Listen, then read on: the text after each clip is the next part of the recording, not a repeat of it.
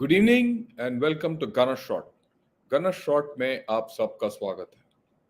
Today we are gonna talk about India's geopolitical mandala, and that's a very important topic.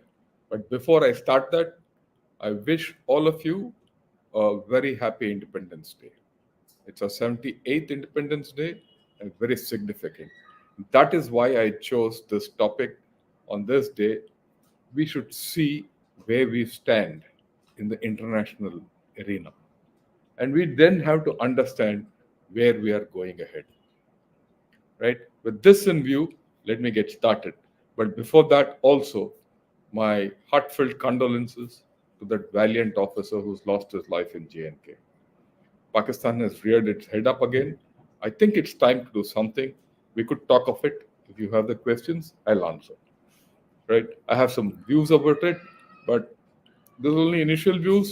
I'll get someone next week and we'll discuss it in detail because there's no point in talking about it as a you know knee-jerk reaction. But let's talk about India's geopolitical mandala. Where do we stand today? And I'll go back to this cartoon always. Remember, whatever others say or don't say, we are now in the big league, right? And we are now in the big league. And once you get onto the big league, there's no stepping back. Okay, and then is the power quadrilateral. There's no doubt in my mind that we are one end of this power quadrilateral globally, right? And in this, I have explained this many times in many podcasts.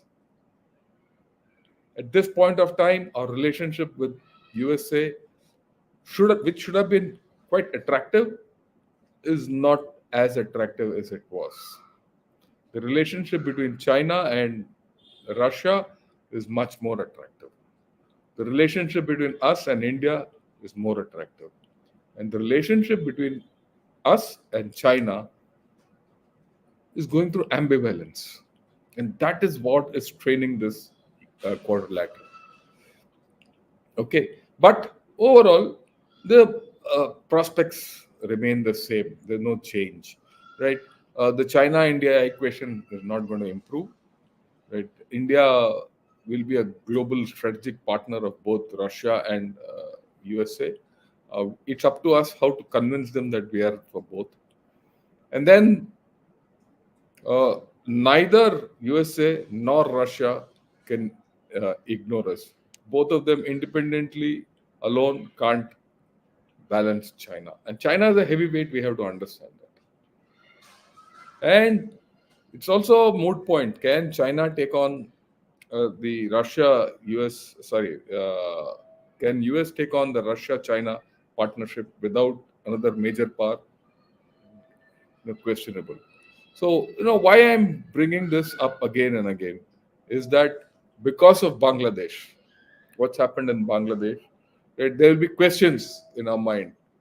Is USA a reliable partner? Of course, it is not. Right? It is a partner at this point of time which we have to use. They are also going to use us. So we are in a big game. In big game, there are no permanent friends. There are only permanent interests. Remember that. Okay. Now let's also understand there is a centrality of India in global affairs. Have a look at this chart. And mind you, I made this graphic 3 years back, just as COVID was waning off. And I've had no reason to change.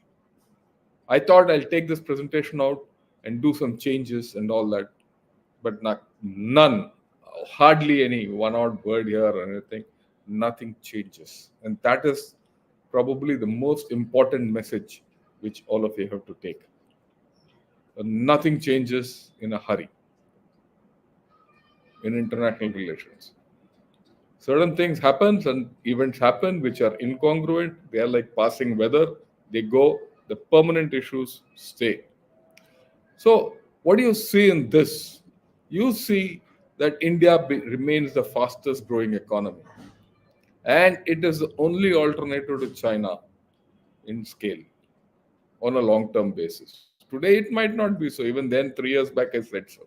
I still maintain it. It'll be a long time. But you're the only alternative to China for the world. The world has to change, and so should we. Right? Okay. The West, USA, Australia, Germany, UK, and EU have generally consolidated as a result of the Russia-Ukraine war. Right? But then they seek us. So does Russia. So does China. China has made an outreach just now after the budget. The Middle East, we've developed the IMEC with them. All our neighbors depend on us, though the equations at this point of time are not very good. We'll talk of it. Japan remains our friend. Israel still depends on us for many things. It might not be for war fighting straight, but diplomatically it still depends on us. Right? And what is interesting in this? I mean, this is something which I realized a couple of weeks back. What is interesting in this is most of these fellows are fighting amongst each other. Every one of them is involved in a fight with the other. But India is not.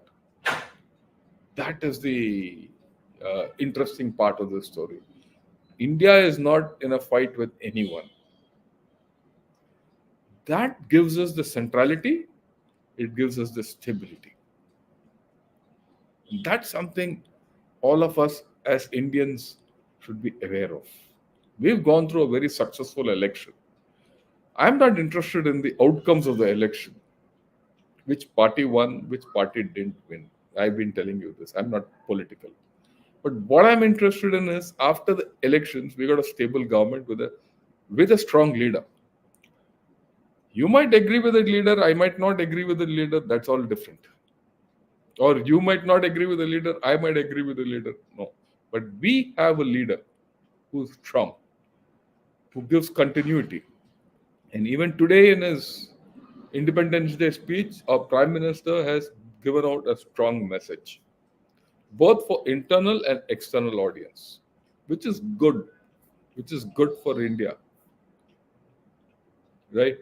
Believe you me, someone who's weathered India from 1956 and who stood at the borders of all borders of India, right, from 1977, I can assure you this. So there's a centrality. There's no choice for people but to come here. There's also no choice for India to become the number 3 economy in the world. It's a matter of time. वो बोलते हैं ना हिंदी में, वक्त से पहले कुछ होता नहीं है, जब वक्त आता है कि उसको रोक नहीं सकते आप. That is where India is. For those of you who think that our politics are weak or opposition is useless, corrupt everything, don't worry. ये सब हो जाएगा. ये कहानी मैं पिछले 40 साल से सुनता आ रहा हूं. Don't worry. Okay. Now let's get to the thing. India remains at the center of major populations. And most of these populations, barring the Chinese, trust India. And that is something which we need to understand. They trust India for whatever we do or not do. The same can't be said with others. We are also at the center of conflict zones. Luckily, though I put South Asia as part of a conflict zone, that conflict is now receded. It's there, it's dormant. But the active conflicts are in East Europe, Ukraine, Middle East, and West Asia, about which probably tomorrow we'll talk of with Sri Ayerji on our common broadcast. Africa, and of course Pacific, where action is going on every day. Now, India is central to these conflicts. But India is not at this point in active conflict. That is the important thing you have to understand. And we are also central to all big defense spenders. And all these fellows are net defense importers, which I've put around us, except USA, Russia, and China. And this is an opportunity which is awaiting us. Even we are net defense importers. Even today, the Prime Minister spoke about this, how to go Atmanirbhar about this and become a net defense exporter. The day we become net defense exporters, our military diplomacy will kick in because dependency will build in. And many other things will start happening. How can we do that? Is the challenge in front of us. It's a major challenge for us. Right. The next issue, all disasters. And this is something which I've always been maintaining. Most of the major disasters which have happened in the world, all these disasters are mapped for the past 20 years, have happened around us. And in all these disasters, we have helped. We even helped China when the pandemic broke out. We helped Turkey when the earthquake took place. We helped Pakistan when the earthquakes took place. We helped the Southeast Asian nations when the tsunami struck. Probably others didn't help us the way we helped them. But that is what has made us look great. Right? So, this is something which many people don't understand. The strength of India comes from the fact that we are able to provide succor to people in their times of disaster. Very strong capability we have in this. And then there's a new thing which has come up in the past 3 years. The nuclear dimension has changed in our neighborhood. Right? And we'll be talking of it maybe later if I get someone to talk, but the outlines of this. Earlier, people used to talk of the nuclear triangle of China, Pakistan, and India to the north, or generally in this area. But today, we have to think of a pentagon with Iran and Israel also in the fold. They also become what should I say? They're basement nuclear powers today. We all know that they have the capability, probably one screwdriver turn away, but they have the capability. So this nuclear triangle is going to become a nuclear pentagon, and it's a flashpoint. But equally, in the Far East Asia, there is another nuclear hexagon coming up. China, Russia, North Korea, and USA are already established nuclear powers in that area.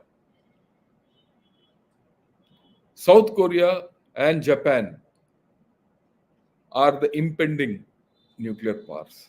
There's already a discussion in both these countries as to should they nuclearize or not. And the day they nuclearize, a lot of things will change. So in our geopolitical mandala, this factor will loom large.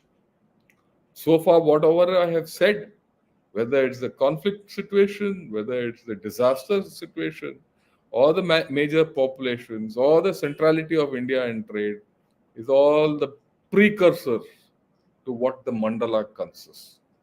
So now let's hit the mandala and understand what this mandala is all about. The mandala is driven by our national interests. That's the first thing we have to understand. What is our national interest? And these national interests are enshrined in our constitution. People say, look, where are the national interests? People say we don't have a national security doctrine. I agree. But our constitution tells us this. It tells us that the first national interest is protection of land borders, coastline, island territories, and sea lanes from external aggression. In this case, the external aggression continentally is from Pakistan and China, and of late, it's coming from the sea from China also. And it also tells us in some form that Our national interests come from the Gulf of Eden to the Strait of Malacca. And this was explained by Prime Minister Manmohan Singh long back. This is the first uh, bullet, if I say, of national interest. The second bullet of national interest is that point 0.5 internal front. Internally, we should be able to protect our people and our constitution against terrorism, insurgency, and militancy, whether it's in J&K, whether it's in the Northeast, or against left wing extremism. At this point of time, something might be more and something might be less. But these are the three threats which will always be there in some form or the other. Till India reaches a transformative stage where stability is reached and these populations are happy with the idea of India. Before I proceed ahead, you might be finding some disturbance coming on my video. That's because there's a metro work going on next to my house, and so certain amount of sounds do come from there, especially when the dredgers start working. So I really can't help it. Okay. And then the third part of our national interest is protection of our people in out of area contingencies and natural disasters. What are these out of area contingencies? When you evacuate people from Wuhan because of the pandemic, you evacuated people from Ukraine, you evacuated people from West Asia, you evacuated people from Yemen. All this is protection of people in out of area contingencies and natural disasters whenever they happen in those areas. So these three national interests of ours drive the geopolitical mandala. This is the core issue. We have to ensure at the center that this is always achieved. And then we start looking outside at our mandala. What is this mandala all about? Here it is. Right? If you look at it, at the core, we have internal issues. And then you have the next immediate neighbors on which I'll talk about. Then you have the near neighborhood. Then you have the intermediate neighborhood. And then you have the strategic relationships at the outer circle. The thing about this entire mandala is that one plays against the other. It sometimes the immediate neighborhood and the near neighborhood are in consonance with each other. At times they are against each other. At times we have to use the intermediate neighborhood to help in our immediate neighborhood or tackle issues in our immediate neighborhood and vice versa. So each of this neighborhood is consequential to India's growth and progress. So we'll go by each neighborhood. The immediate neighborhood is hostile. It consists of Pakistan, China, and the Indian Ocean region. This has not changed, and this will not change in our mandala. It is always going to be adversarial, it will be direct, and it will be deteriorating. There is no way. I've been dealing now with this in this form for the past 4-5 years, and it's only deteriorated day by day. But if I look back over my entire career, it has gone from bad to worse for many reasons. We are in a competitive mode with China, and Pakistan we threaten hugely. This neighborhood will always be constantly challenging, and it will threaten our sovereignty, integrity, and the territorial integrity of the nation. There will always be a collusive threat, and this collusive threat is not necessarily land; it is land and in the Indonesian region.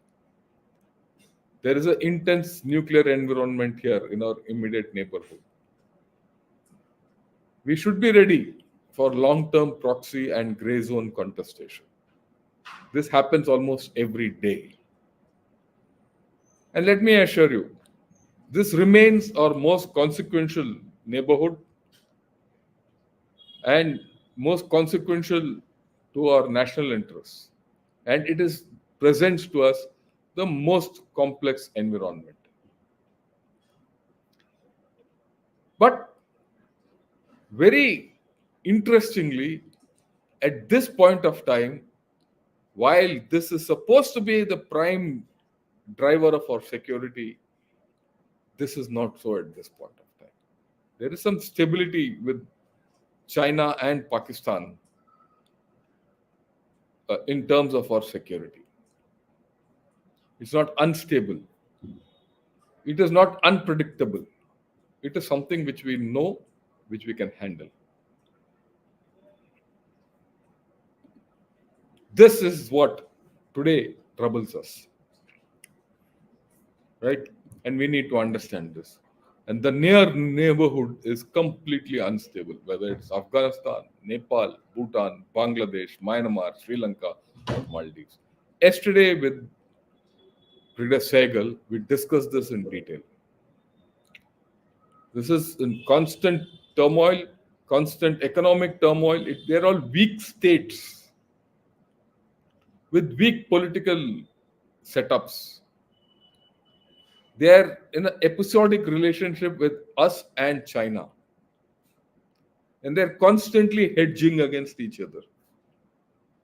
But the problem with all this is all these become platforms for either Pakistan or China to interfere with us. They're constantly posing an indirect and a dangerous threat. There's always a problem of ethnic overflow and migration from these areas. Most importantly, Bangladesh, Myanmar, and Nepal. To some extent, even Sri Lanka. Today, the biggest challenge for us is to keep them in our sphere. Yesterday, we discussed how Bangladesh is the latest, problem in this area. And I must tell you this very simply. Over the past 1 year, you saw Maldives turn. Sri Lanka has become ambivalent. Myanmar, it's not hostile to us, but it is hostile to itself. Completely unstable. Nepal, every 6 months, 1 year, the prime ministers change there and things go wrong. And Bangladesh, of course, 15 days back, everything went for a toss. Not even 15, 10 days back, 5th June, 5th August. Right? Afghanistan has been in turmoil for a long time. And this is the most consequential at this point of time. And people say, look, this is a bad situation. I agree. But let me give you another situation. I take my mind back to the 80s. In the 80s, what is the situation in these states? Afghanistan in the 80s was under Mujahideen. There was a war going on between Russia, Afghanistan, Pakistan, and USA.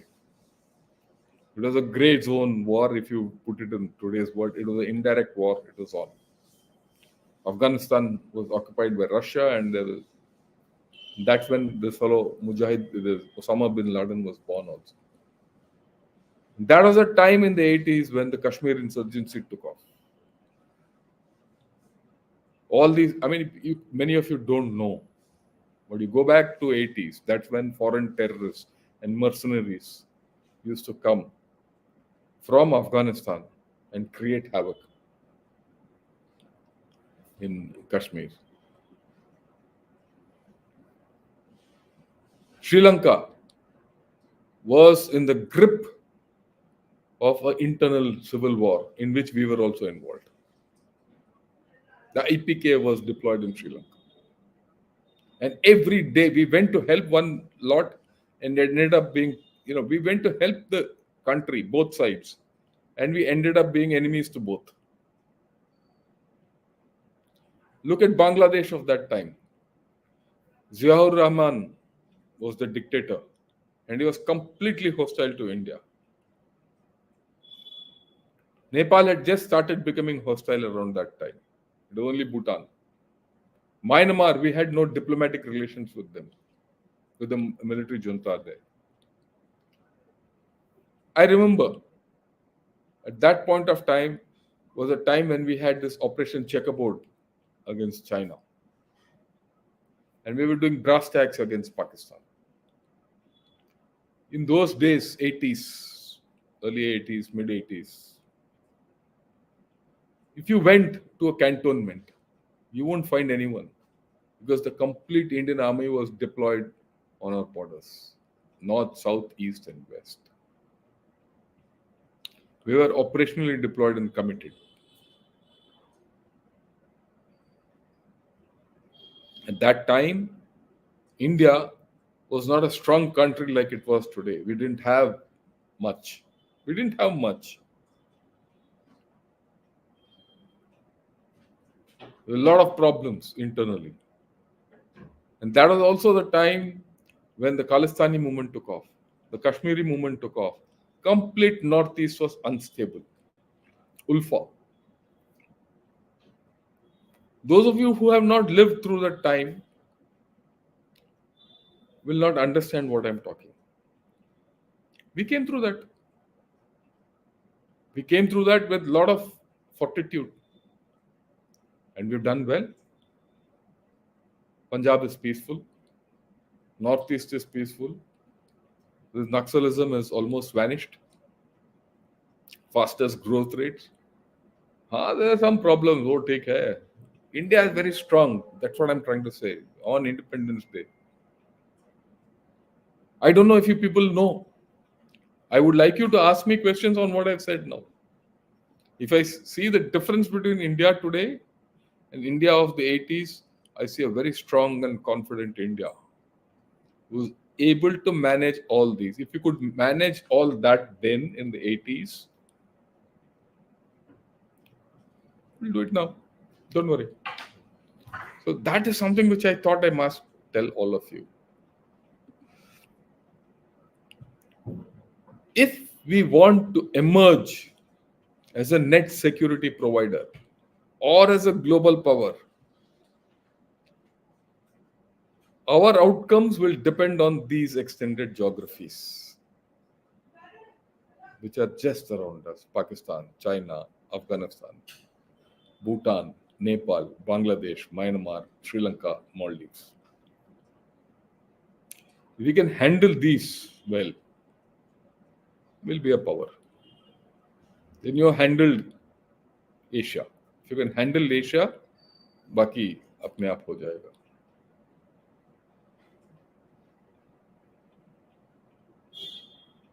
IOR will come under your gambit. It's not a problem. So, this is something we have to understand. Does a government understand this? From what the Prime Minister spoke today, I think so. Is he doing everything right? No. Is he doing everything wrong? No. There's certain things happening which are bound to happen. Let's accept it. When this is not the time to.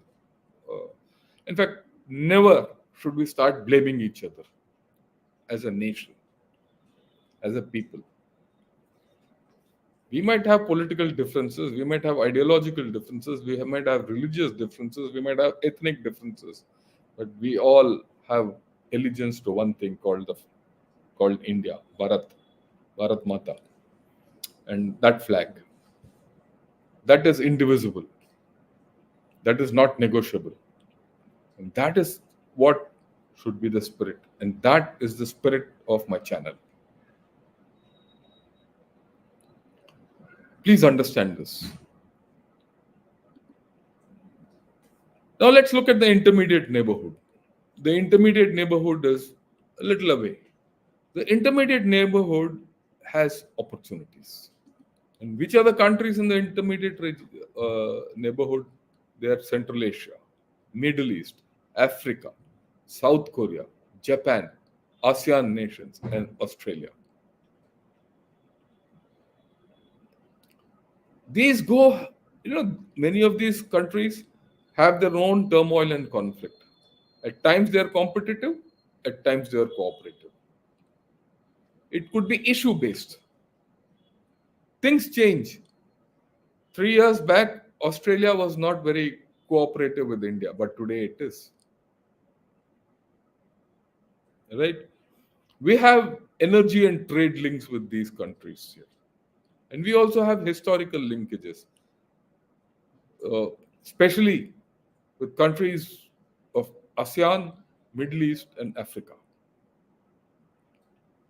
And you'll find that most of these places have remained largely stable. Of course, the instability comes in the Middle East and somewhere in South Pacific, which I think will stay for a long time to come. And India has to contend with this. It's part of the thing where major conflicts are around us. And whether we like it or not, we have a role to play. It might be not be overt, but it will be there. And all these countries need a hedge against China, Russia, and USA. And most of these countries are today looking at India. They see that I showed you that centrality of India. They look at India for many things, right? And this will not go away. Uh, I go back to the 80s. Even then, at that point of time, there was a thing that look, yes, we will look towards India, but it was not overt. We were not as strong as now. Today we are very strong. People look at us. Then look, I can tell you with a lot of confidence that after all, I'm in one of the best institutions in the country. In fact, the best institution as per latest ranking. The kind of collaborations we're doing with abroad, the kind of internal expansion which is happening is phenomenal. It has changed in the past 2 to 3 years. When that happens in our prime educational institutes, you will see excellence going up. Today, our problem is to get good faculty.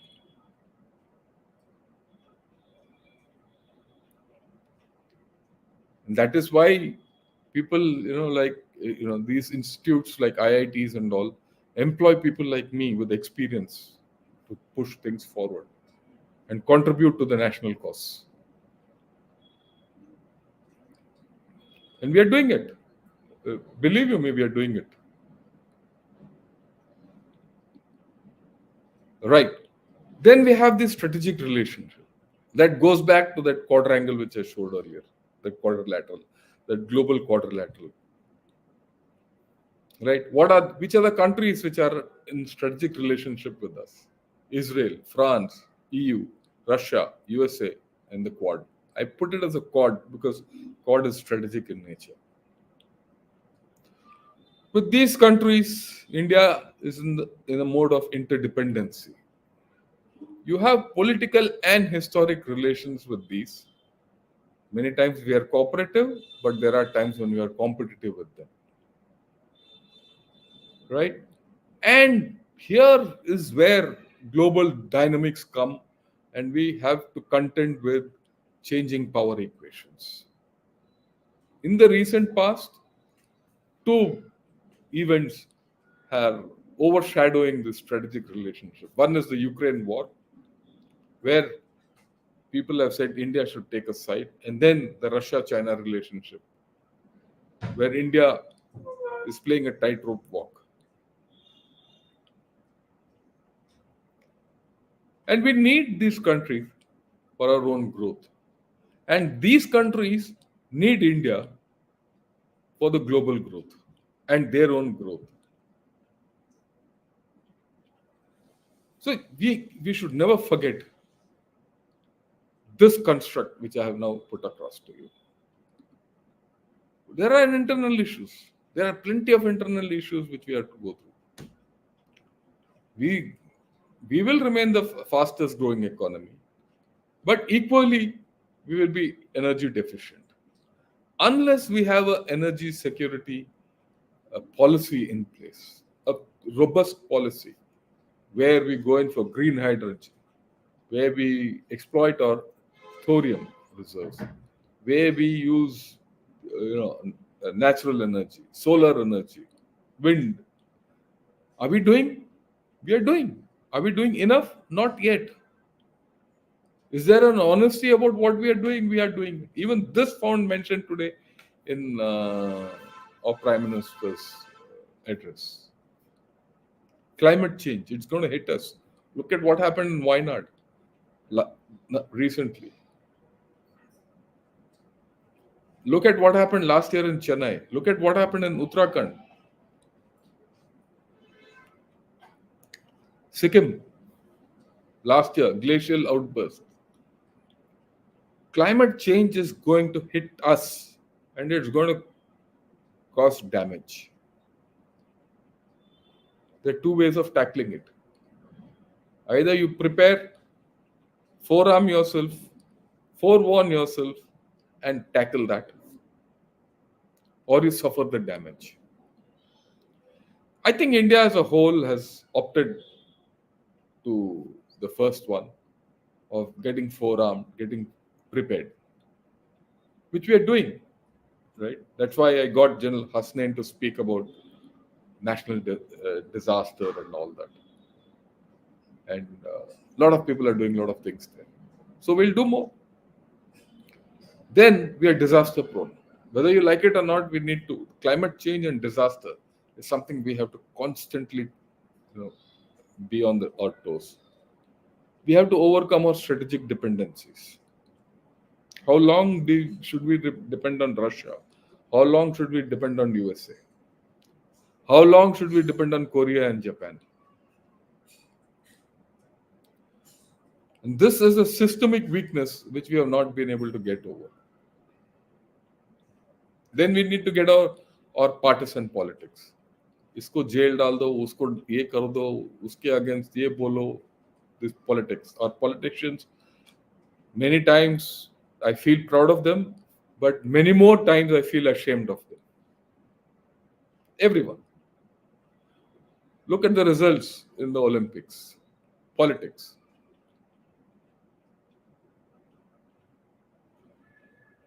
Whenever the political system has not functioned well, we have functioned poorly in politics, in sport. There was a time when, despite the best talent, our cricket never used to function well. Our cricket teams. It was by fluke. But when politics went out, professionalism set in and BCCI, money came in, and now we're the world champions. Right? In cricket. The same example, you look at China. Professionalism. If you can get professionalism into our systems, then things will turn around. That is something which is very important. And that will come only if partisan politics are out of the equation. The next problem I have is we don't have a strategic culture in our politicians. Our political setup doesn't have the strategic culture. And in this, I don't leave anyone out. This lack of culture has made us adopt certain ostrich-like attitudes and policies. Look at the incongruences. It's good that our foreign ministry has been given a bump up in the budget. It's doing a lot of things outside. But it can't do anything without the army, navy and the air force. What about their budgets? What about their military diplomacy? Is the standard diplomacy not to serve along with the military diplomacy? If it is, so as it is today happening, it is due to partisan politics. It is this partisan politics between one party and the other, and the partisan politics of not knowing, lack of strategic culture, not knowing how to use your instruments of the state. Are we optimally utilizing the instruments of the state? If the armed forces are no more to just guard the territorial integrity of this nation, or armed forces are the main vehicle to make us a global power. Is that thinking there? It's not there. Let me be upfront. I found this lacking today in our Prime Minister's speech. Right? Yeah. But on the positive side, the situation is improving in J&K. We've had some issues, including yesterday's encounter where we lost an officer, unfortunate incident. But even in that, I'll get a full analysis. My own thing is we've had 2, 3 encounters there, and those encounters are due to the fact that we have got after them. If you get after them, there will be encounters, and if you have encounters, we should be prepared for losses. No matter how bad it is, right? But Manipur in turmoil, and that turmoil you link with Bangladesh and Myanmar, and it's turning septic. It's a septic wound. We still have ethnic and religious fractures. You still don't have a defense industrial base, and you still don't have adequate budgets and capacities. We're not built them. 11 years this government has been in power. If I can criticize them for one thing, it is this. Because they have not used the multiplier effect of building a good defense industrial base which will kickstart the economy and also project your nation and protect your borders. Have they tried? They have. Have they failed? Yes. Why? Lack of strategic culture. It all comes back to that. It's not enough just that 1 or 2 people at the top have the strategic culture. It is people at the lower rungs of our government who need to think strategically. It is our business which needs to think strategically. When we have that as a nation, things will change. I am glad that more people have come, and you're going to ask some tough questions, and I'll take them. It improves the strategic culture of the nation. I might be wrong. I might not agree with you. You might not agree with me. But our talk will improve our strategic culture. That is more important to me than anything else. Okay. A major improvement where we have gone forward is, say, 4, 5 years back, there was this whether should we be continentally oriented or maritime oriented. But that, like, is we are past that. Today we talk of continental plus maritime, and the 3 fronts as they are evolving is like this Western front, including North Arabian Sea. You have a maritime front and a northern front of China, which is good, which is the way things are moving forward. We no more don't talk of the Navy versus the Army, which is more important. No. Right. With this as a background, the question, and this question I've been grappling for a long time. Are the Indian armed forces modern enough to defend India? The answer is yes. We have space, we have nuclear technology, you have a successful missile program, you have shipbuilding capability, you have gun technology, you have aircraft technology and communications. And just to give you an idea, right? So we can, and we've proven it from 47 to now. Barring 62, we've won all our wars. The next question, are the Indian armed forces modern enough for a regional power, which is destined to be the third largest economy shortly? Not yet. Unless we fill in the major capacity gaps and attune yourself to the oncoming storm of disruption in military affairs. It's happening. And here we have an opportunity, window of opportunity. China is declining. Its demography is declining. Its economy is sluggish. And it has internal tensions, which we keep talking of regularly. Look at Pakistan. It is economically defunct. And it cannot revive. These two, which are our immediate adversaries and impinge on our national security most, are giving us a window of opportunity. We should take it by the horns. And this window of opportunity, to my way of thinking, is there for the next 4 to 5 years. After that, it might not be there for different reasons. Things will change. I said this in 2020, that the window of opportunity immediately will open up. I said this when I used to go and on Deaf Talks with Adi. I've said this when I went in Jaipur Dialogues. I keep saying this then, 2020, in P. Guru's channels. I'm saying it now after 4 years still. I am proven right. And we still have another. The problem will come around 26, 27, 28. There are certain things which I have not exactly put my finger on. Where? So I won't talk of it now.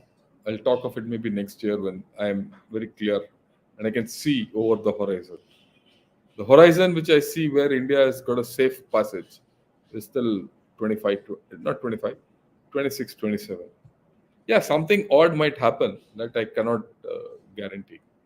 But generally, till about 27, I think we are through. You might think I'm sounding like an astrologer, but I'm not doing astrology here. I'm doing prospective thinking. Right? Okay. So this is all I had to say. Jai Hind. I hope you like this video. If you do like this video, press the like button. And for those of you who are coming on to Ganashot for the first time, please share this video with your friends. Subscribe to Ganashot. And I request many of more to become members of Ganashot. In fact, I'm seriously thinking of at least allowing the members to be part of this show in open houses. If you like this idea, proposal, right? What I would request is I'll start poll in the community thing that would you like to be part of the show during open house, and I'll give you the link. Come and join and give you a view for about 4-5 minutes on the topic of the day. We'll choose a topic of the day where all of you can come and give your view. And I'll give this topic well ahead so that I'll give you 5 minutes talking time, members only at this point. And then we'll see where it goes. If you're interested, let me know. Respond to me either in comments or respond to me in the community thing when I put out the poll when I put out the thing. And then we'll see where to take it forward. I would like more of you to come and be participative and be part of us. That's why I said more memberships, better it is.